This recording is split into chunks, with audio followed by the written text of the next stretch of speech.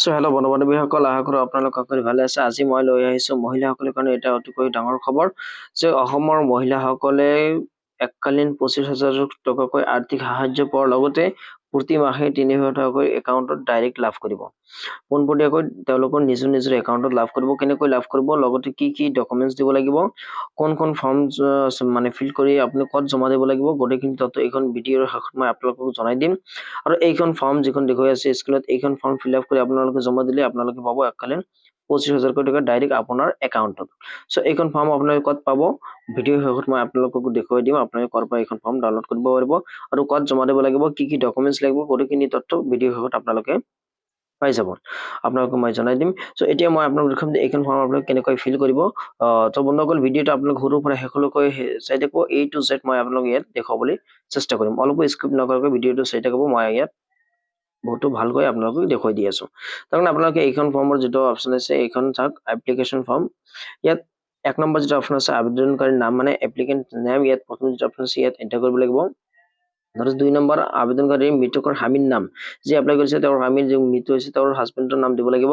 তাৰপিছত আবেদনকাৰীৰ জন্মৰ তাৰিখ, যি এপ্লাই কৰিছে তাৰ জন্ম তাৰিখ বা বয়স কিমান হৈছে সেইটো ইয়াত এণ্টাৰ কৰিব লাগিব।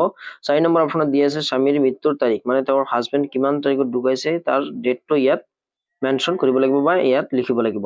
তাৰপিছত 5 নম্বৰতে বৰ্গ বা শ্ৰেণী, আপোনাৰ যিখন কেটেগৰী আছে, কেটেগৰীটো আপোনাৰ যি আছে অনুসূচিত ST, SC, OBC যি আছে ইয়াৰ বা অন্যান্য যদি থাকে ইয়াৰ পৰা আপুনি সেইটো টিক মাৰ্ক লগাই দিব। তাৰপিছত 6 নম্বৰ চাওক, আপোনাৰ এড্ৰেছটো, এড্ৰেছ আপোনাৰ দি আছে ইয়াত। প্ৰথমত যি আছে ডিষ্ট্ৰিক্ট আপোনাৰ যোনখন হয় সেইখন ডিষ্ট্ৰিক্ট আপুনি ইয়াত চিলেক্ট কৰিব। তাৰপিছত দি আছে আপোনাৰ ব্লক উন্নয়ন খণ্ড কাৰ্যালয়, এইখন আপুনি যে আপোনাৰ ব্লকটো আপুনি ইয়াত এণ্টাৰ কৰিব বা আপুনি ইয়াত লিখি দিব। তাৰপিছত 9 নম্বৰ আপোনাৰ দি আছে পঞ্চায়ত, BCDC, সাহিত্য পৰিষদ, পৌৰসভা, নগৰ উন্নয়ন কমিটি, টাউন কমিটি যি আছে আপোনাৰ, যদি আপুনি গাঁৱত বাস কৰে পঞ্চায়ত বা BCDC বা সাহিত্য পৰিষদ যি আছে আপোনাৰ সেইখন আপুনি ইয়াত টিক মাৰ্ক দিয়াৰ পিছত আপুনি ইয়াত নামটো বহাই দিব। তাৰপিছত 10 নম্বৰ অপশ্যন চাওক, আপোনাৰ গাঁও যিখন আছে গাঁওখন আপুনি ইয়াত এণ্টাৰ কৰিব। তাৰপিছত আপোনালোকে ৱাৰ্ড নম্বৰটো এণ্টাৰ কৰিব। তাৰপিছত আপোনালোকে ঘৰৰ নম্বৰ বা আপোনাৰ পথ নম্বৰ ইয়াত এণ্টাৰ কৰিব লাগিব। তাৰপিছত আপোনাৰ 7 নম্বৰ চাওক, বেংক একাউণ্ট ডিটেইলছ, এটা আপোনাৰ অতিকৈ গুৰুত্বপূৰ্ণ, কিয়নো এইখন একাউণ্ট ডিটেইলছতে আপোনাৰ টকাখিনি সোমাব। তেনেকৈ আপোনালোকে ভালকৈ কেয়াৰফুলি ফিল কৰিব। প্ৰথমতে বেংকৰ নাম, আপোনাৰ যোনখন বেংকৰ নাম আছে, আপোনাৰ যোনখন একাউণ্ট আছে পাছবুকত আপুনি পাই যাব। আপোনাৰ অসম গ্ৰামীণ বেংক, ষ্টেট বেংক, বন্ধন বেংক যি আছে আপুনি ইয়াত লিখিব লাগিব। তাৰপিছত 9 নম্বৰ বেংকৰ শাখাৰ নাম, আপোনাৰ ব্ৰাঞ্চ নাম আপোনালোকে আপোনাৰ পাছবুকত পাই যাব বা আপুনি কাৰোবাৰ পৰা জানিলে হয় আপুনি ইয়াত ব্ৰাঞ্চ নাম এণ্টাৰ কৰিব। তাৰপিছত IFSC কোড পাছবুকত থাকিব, তাৰ পৰা আপুনি ইয়াত এণ্টাৰ কৰিব পাৰিব। তাৰপিছত আপোনাৰ বেংক একাউণ্ট নম্বৰটো ইয়াত লিখিব লাগিব। তাৰপিছত 6 নম্বৰ অপশ্যন থাকক, আবেদনকাৰীৰ বেংকৰ পাছবুকত থকা নাম, মানে আপোনাৰ পাছবুকত আপোনাৰ যোনটো নাম আছে সেই নামটো ইয়াত এণ্টাৰ কৰিব লাগিব। যি আছে আপোনাৰ পাছবুকত সেই একেভাৱে ইয়াত আপুনি লিখি দিব। তাৰপিছত যাব 8 নম্বৰ যাওক, পৰিচয় পত্ৰ, মানে আপোনাৰ ডকুমেণ্টছ, ইয়াত আপোনাৰ কি দিব লাগিব। প্ৰথম যিটো অপশ্যন আছে আপোনাৰ পেন কাৰ্ডটো আপোনাৰ কম্পালচাৰি দিব লাগিব। তাৰপিছত 2 নম্বৰ অপশ্যন আছে ভোটাৰ পৰিচয়, মানে ভোটাৰ ID কাৰ্ড, এইখন আপোনালোকৰ কম্পালচাৰি হয়, এইখন দিব লাগিব। 3 নম্বৰ অপশ্যন দি আছে আধাৰ কাৰ্ড নম্বৰ, আপোনাৰ আধাৰ কাৰ্ড নম্বৰটো ইয়াত এণ্টাৰ দিব লাগিব। তাৰপিছত ৰেচন কাৰ্ড বা PDS কাৰ্ড যদি আছে আপোনাৰ, এইটো কাৰ্ডৰ নাম্বাৰটো ইয়াত এণ্টাৰ কৰিব লাগিব। এই চাৰিটা কিন্তু আপোনাৰ মেণ্ডেটৰী হয়, কম্পালচাৰি হয়। এই চাৰিটা আপোনাৰ দিব লাগিব। এই চাৰিটা নোহোৱাকৈ আপুনি এইখন আবেদন কৰিব নোৱাৰে। তাৰপিছত আপোনাৰ ড্ৰাইভিং লাইচেন্স আৰু MG এনেকুৱা জব কাৰ্ড যদি আপোনাৰ নাথাকে একো অসুবিধা নাই, আপুনি দিলে দিব পাৰে, নিদিলেও কোনো অসুবিধা নাই। কিন্তু ওপৰৰ 4খন আপোনাৰ কম্পালচাৰি হয়, এইখন দিব লাগিব। তাৰপিছত নেক্সট পেজত আহিলে 9 নম্বৰ যিটো আছে মোবাইল নম্বৰ, আপুনি এখন ভাল যিখন চলিত মোবাইল বা ৰেজিষ্টাৰ, আপুনি এখন মোবাইল নম্বৰ ইয়াত এণ্টাৰ কৰিব, যিখন নম্বৰৰ জৰিয়তে আপোনাক কণ্টেক্ট কৰিব বা পৰৱৰ্তী কমিউনিকেশ্যনৰ কাৰণে আপোনাৰ সেইখন নম্বৰ ইউজ কৰিব পাৰে। গতিকে আপোনালোকে ভাল নম্বৰ এণ্টাৰ কৰিব। তাৰপিছত আবেদনকাৰী চিগনেচাৰ দিব লাগিব, আপোনাৰ চহী দিব লাগিব। ইয়াত চাওক, যদি চহী কৰিব নোৱাৰে তেন্তে thumb impression of left hand, বাওঁ হাতৰ বুঢ়া আঙুলিৰ ছাপটো ইয়াত এণ্টাৰ কৰিব লাগিব। সো এইখিনি আছিলে ফৰ্ম ফিল আপ কৰা, আপুনি এইখিনি ফৰ্ম ফিল আপ কৰিব লাগিব।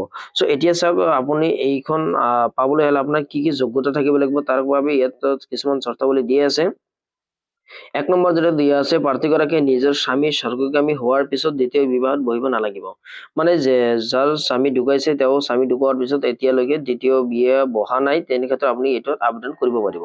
2 নম্বৰ, প্ৰাৰ্থীগৰাকীয়ে ৰাজ্য চৰকাৰ বা কেন্দ্ৰীয় চৰকাৰৰ অধীনত কোনো আঁচনিৰ পেঞ্চনভোগী হ'ব নালাগিব যদি আপুনি আগৰে পৰা কোনো ধৰণৰ আঁচনি যিকোনো আঁচনি আপুনি পেঞ্চন লাভ কৰি আছে তেনেক্ষেত্ৰত আপুনি এইটো এপ্লাই কৰিব নোৱাৰিব 3 নম্বৰ দিছে প্ৰাৰ্থীগৰাকী যিকোনো জীৱিকা উৎসৰ পৰা আয়কৰ পৰিশোধ কৰা হ'ব নালাগিব মানে আপুনি যদি আপুনি ইনকাম ট্যাক্স পেয়াৰ বা আপুনি ট্যাক্স দি থাকে আয় কৰ দি থাকে তেনেক্ষেত্ৰত আপুনি এইখন এপ্লিকেন্টৰ আবেদন কৰিব নোৱাৰে 4 নম্বৰ দিছে প্ৰয়াত চৰকাৰী কৰ্মচাৰীৰ ক্ষেত্ৰত প্ৰাৰ্থীগৰাকী চৰকাৰী বিধি অনুযায়ী দৰমহা পোৱা হ'ব নালাগিব আপুনি যদি চৰকাৰী কৰ্মচাৰী আছিলে বা চৰকাৰী কৰ্মচাৰী আছে তেনেক্ষেত্ৰত আপুনি এইখন আঁচনিৰ অধীনত আপুনি এপ্লাই কৰিব নোৱাৰিব তো এতিয়া চাওক আপোনালোকে এইখন PDF বা এইখন ফৰ্ম আপুনি কেনেকৈ লাভ কৰিব তাৰ পিছত আপোনাৰ সিম্পলি গুগলত গৈ ইন্দিৰা মিৰি স্কিম বুলি সাৰ্চ কৰি দিব সাৰ্চ কৰি দিয়াৰ পিছত আপোনালোকৰ সন্মুখত এনেকৈ ইন্টাৰফেস শো কৰিব ইয়াত চাওক PDF ৰ তলত দি আছে ইন্দিৰা মিৰি সৰ্বজন বিধৱা পেঞ্চন আঁচনি এপ্লিকেশন ফৰ্ম ইয়াত যে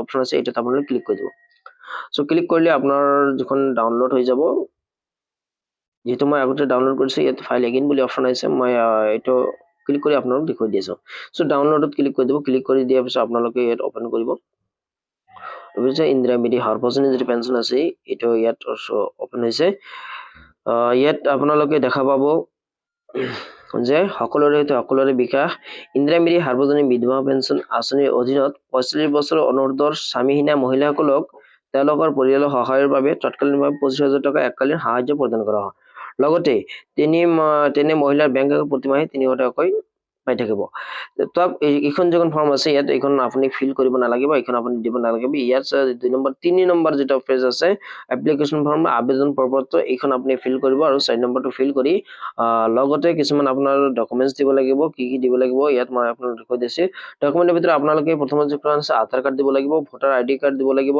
আপোনালোকৰ পেন কাৰ্ডটা জেৰক্স কৰি দিব লাগিব লগতে ৰেশন কাৰ্ড আৰু বেংক একাউণ্ট আপোনালোকে জেৰক্স কৰি আপোনাৰ ওচৰৰ বা আপুনি যোনখন পঞ্চায়ত বা VCDC নাম ইয়াত এন্টাৰ কৰিছে সেইখন VCDC বা গাঁও পঞ্চায়ত বা টাউন যিখন কমিউনিটি বা কি আছে তাত গৈ পেলে আপুনি এইখন ফৰ্ম জমা দিব লাগিব আপোনাৰ ওচৰৰ পঞ্চায়ত জমা দিব দিয়াৰ পিছত আপোনাৰ এইখন কিবা ফাৰ্দাৰ কমিউনিকেশ্যনৰ কাৰণে আপোনাৰ মোবাইল নম্বৰত আপোনাৰ লগত কন্টাক্ট কৰিব পাৰে যদি নকৰে তেনেক্ষেত্ৰত আপুনি যদি আসলে হিতাধিকাৰী হৈ থাকে বা আপুনি এখন পোৱাৰ যোগ্য হিতাধিকাৰী হয় তেনেক্ষেত্ৰত আপোনাৰ পঞ্চায়তৰ পৰা এখন ভেৰিফাই কৰিব তাৰ পিছতে আপোনালোকৰ একাউণ্টত ডাইৰেক্টলি আপুনি 25,000 টকা আৰু প্ৰতিমাহে 300 টকাকৈ লাভ কৰি থাকিব সো ভিডিওটো ভাল লাগিলে ভিডিওটো লাইক কৰিব চেনেলটো নতুন হলে চেনেলটো সাবস্ক্ৰাইব কৰি বেল বাটনটো প্ৰেছ